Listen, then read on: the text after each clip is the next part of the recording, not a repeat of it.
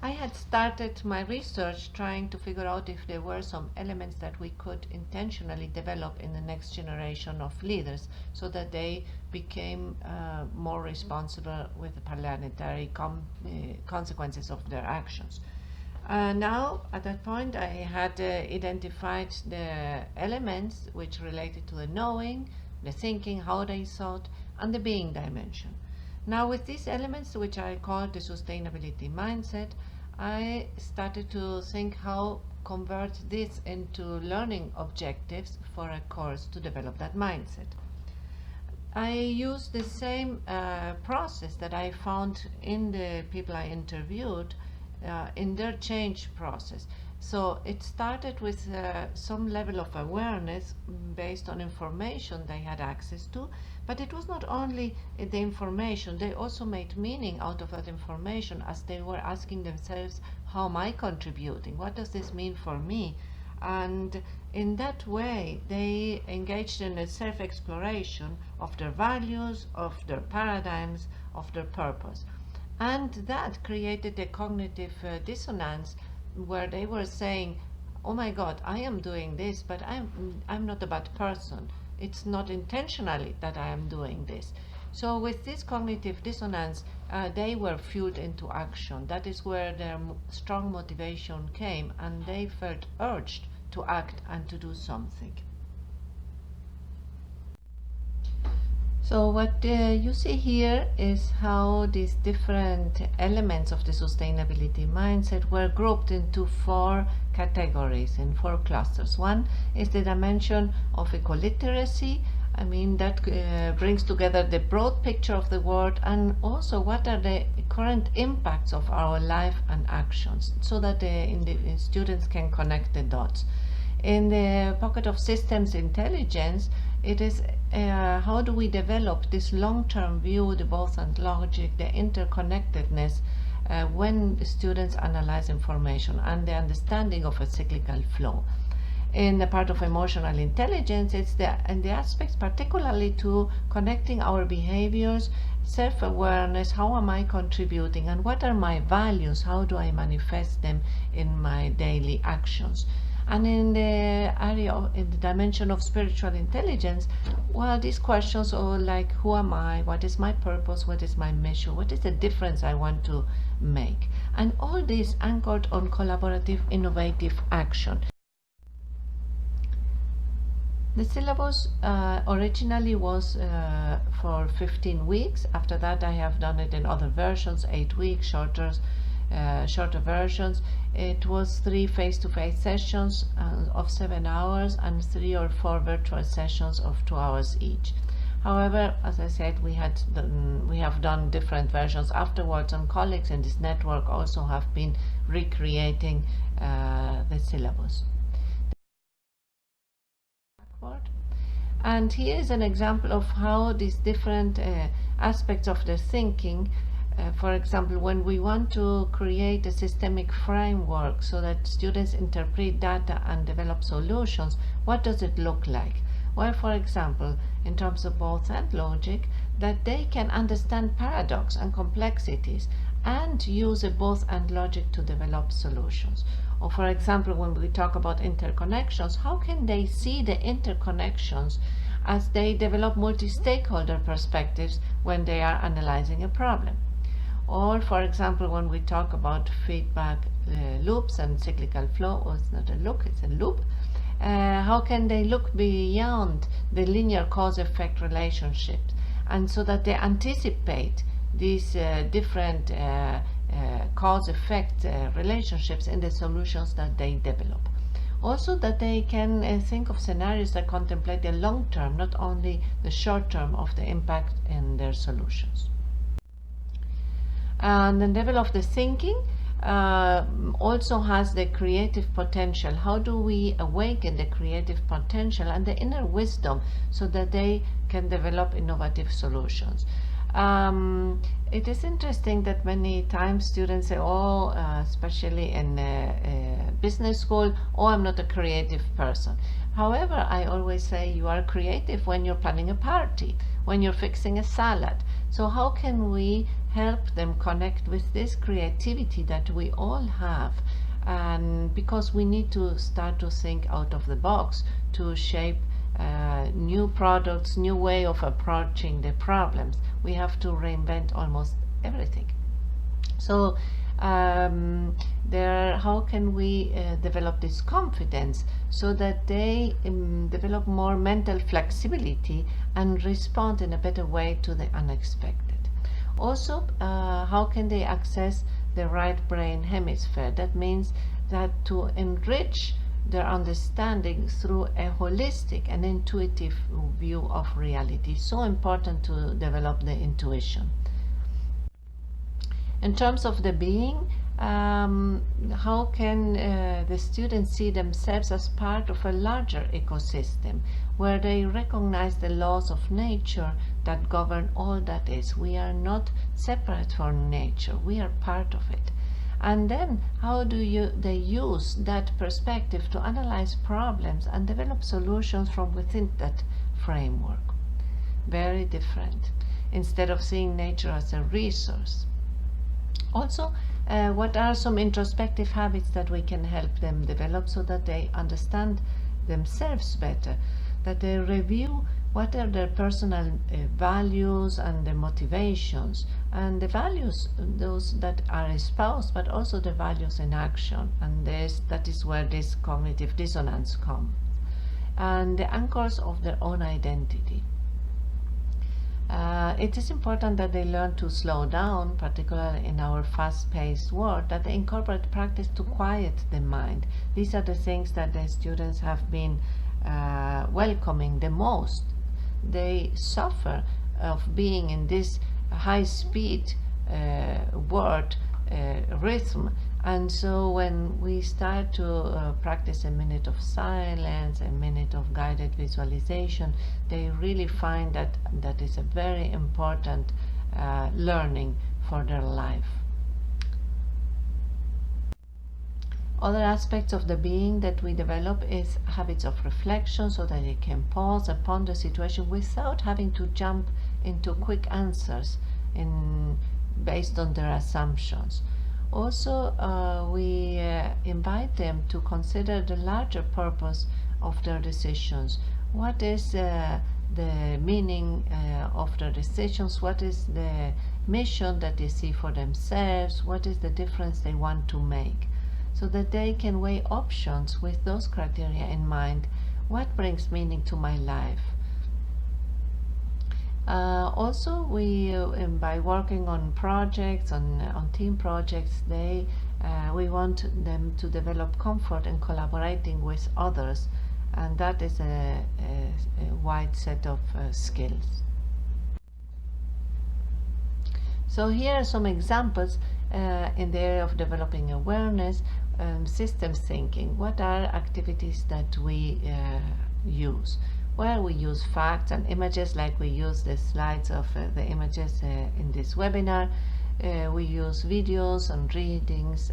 Facebook on the sustainability mindset is another way to connect them with the system thinking. In terms of the being orientation and the oneness with nature, for example, we have dialogues.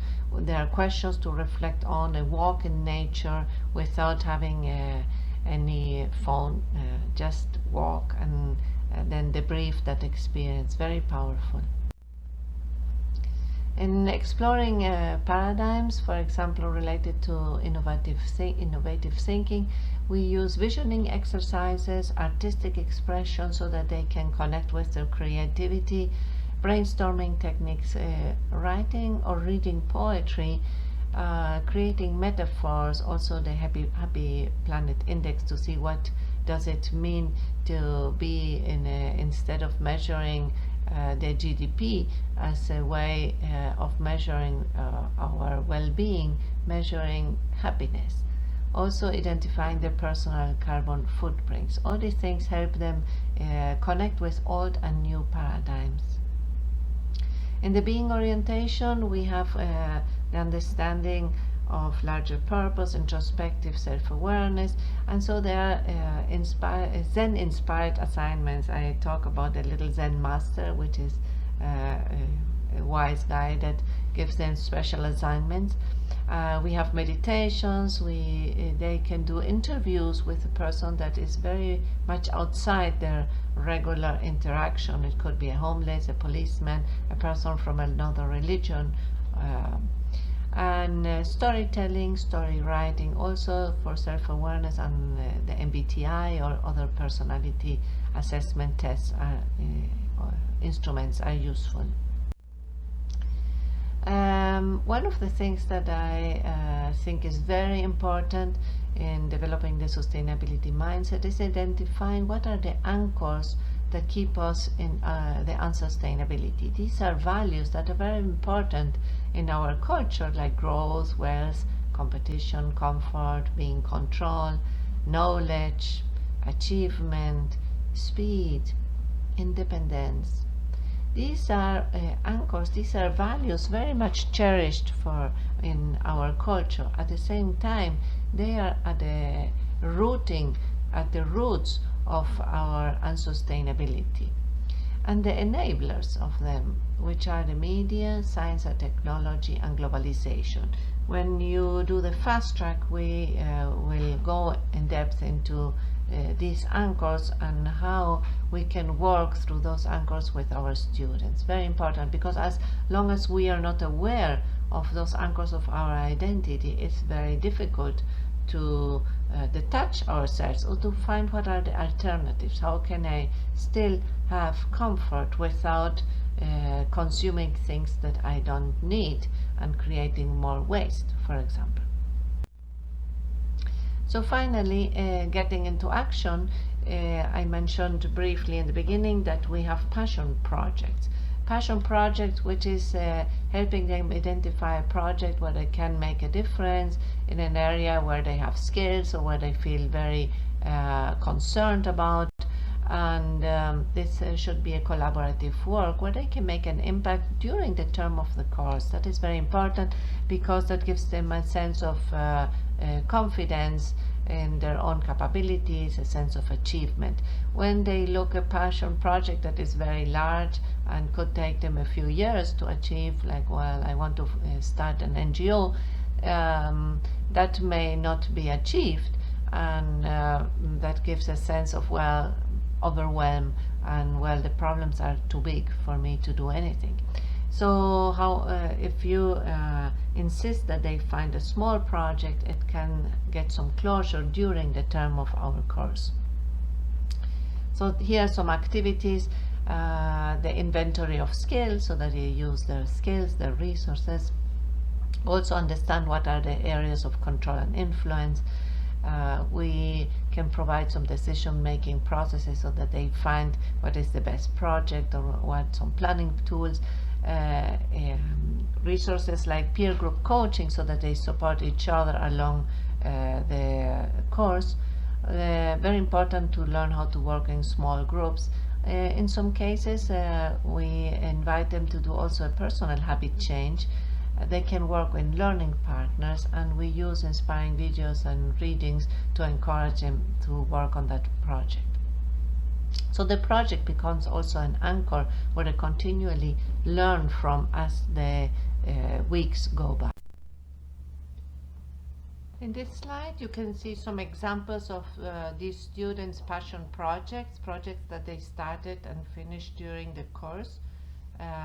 One was a kayak event, a family event where the families were invited to clean up the Hudson River, a No Impact Week campaign at the university to bring awareness to the whole campus, a creation of a children's book that the student drew by herself to learn about the environment. She was inspired by her little nieces. Another one created a professional oath for the university related to sustainability. That was a very high impact project. Another one started an awareness campaign about water in campus. That was a group in Florida. Some created an awareness campaign at the students' work site, so they brought it back to their work site and started to have meetings with different colleagues and what is it that we can do to lower our footprint. Another one created a portal to sell furniture with low-income carpenters. These are just a few examples of student projects, but they really help to catalyze the anxiety and create a feeling of self-confidence, a can-do attitude. So, what is the sustainability mindset and why should we develop it? The most important agenda of all times are the SDGs, and you may already be very familiar with them. These are the global goals, there are 17, and this is really a very thorough agenda with lots of details where we are today, what are the goals that for a world that works for all. And if there is any activity, whether we are educators, business people, students, we all have a role to play in achieving those goals. There is something that we all can do. How does this connect with what we are doing in this sustainability mindset course?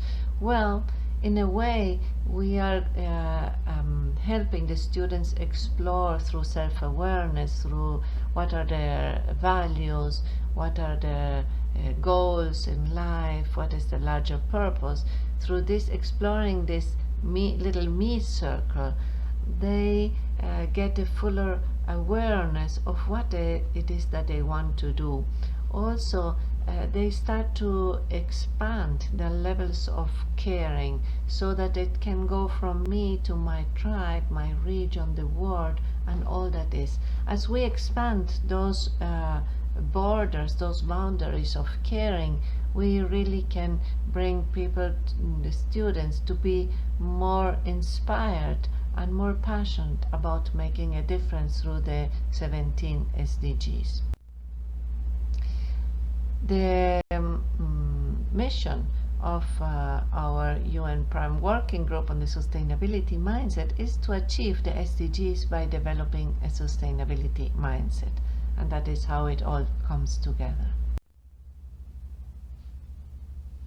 So if you want to learn more about how to design these elements into your courses, how to adapt them, which ones are best to adopt so that you can introduce different activities and exercises in the courses that you're teaching, you can sign up for the Sustainability Mindset Fast Track, which is a course in 7 modules.